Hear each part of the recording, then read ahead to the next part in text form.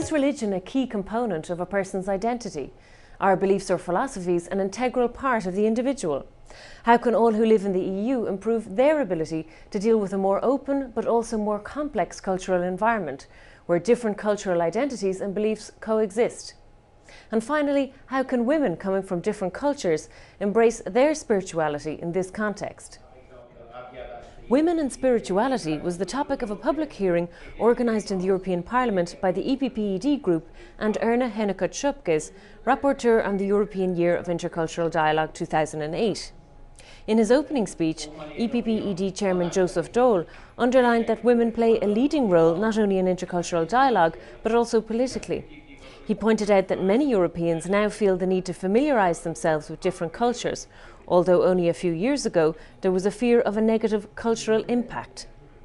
Pavel Kossi from the Commission on Education, Training, Culture and Youth said that we have to establish a practice of intercultural dialogue in order to promote mutual respect and peace in Europe.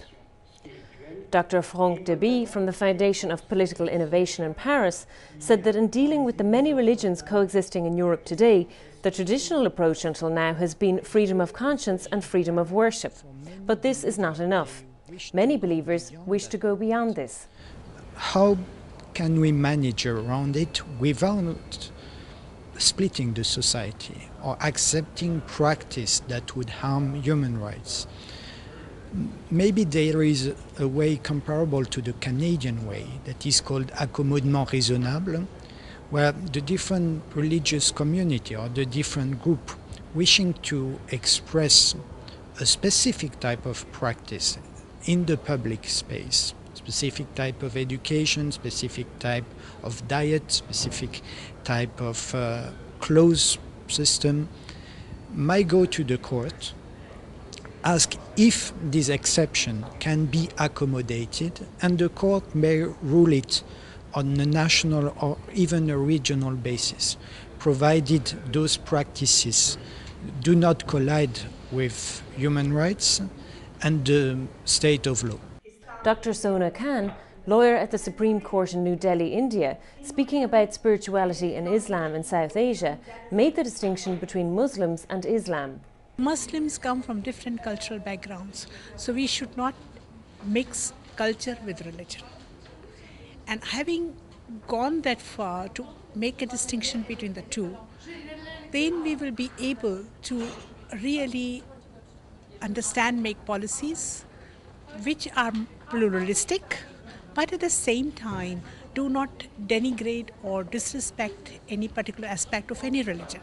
General acceptability is the most important thing, and it's Islamic to do so. If you are living in an outside non-Islamic country or under a non-Islamic regime, the Quran requires you to respect the regime of the other countries. Dr. Jean-Paul Lehners, human rights expert, stressed that we have to see women and religious rights through the perspective of human rights. Yes,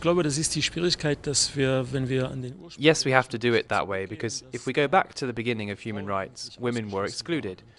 Human rights were rights of men. We still have a patriarchal dimension in various religions. We have to begin deconstructing these patriarchal structures. And if we want to connect all these rights, human, women and religious, we have to do it under the concept of human dignity. This is the key point for connecting all three elements. I think that we have been able to prove that women know how to talk about the subjects of spirituality and religion, and we have seen that the religious pluralism aspect does not frighten them.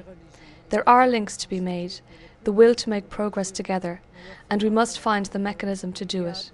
And for this we must create a network of more women with different beliefs to achieve this. The EPP-ED group has a long history of interreligious dialogue, respecting European values and the importance of religious pluralism. For more information on this issue, log on to our website, epp-ed.eu. Thanks for watching, and see you again soon.